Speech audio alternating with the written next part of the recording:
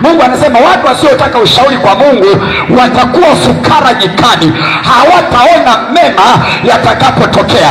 Kwa sababu gani? Shetani kazi yake ni kukuzima macho, kwa sababu yeye anataka wewe na yeye mkatupwe jehanamu ya moto.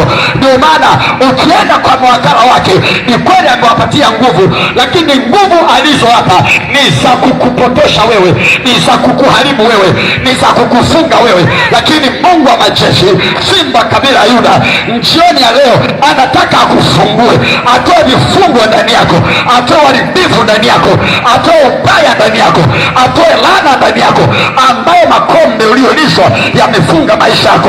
Nataka nikutangazie mpendwa, makombe yakivunjwa leo utaanza kushika hela. Kombe likivunjwa leo utaanza kuwa na amani. Kombe likivunjwa leo ujinga unaondoka kichwani, unafunguka, macho yanatiwa nuru. Kuna mambo ulikuwa unaona sawa sawa, lakini unapookoka sio sawa sawa. Sikiliza nikwambie mpendwa, habari ya mtu mmoja ambaye alikuja kumwamini Yesu.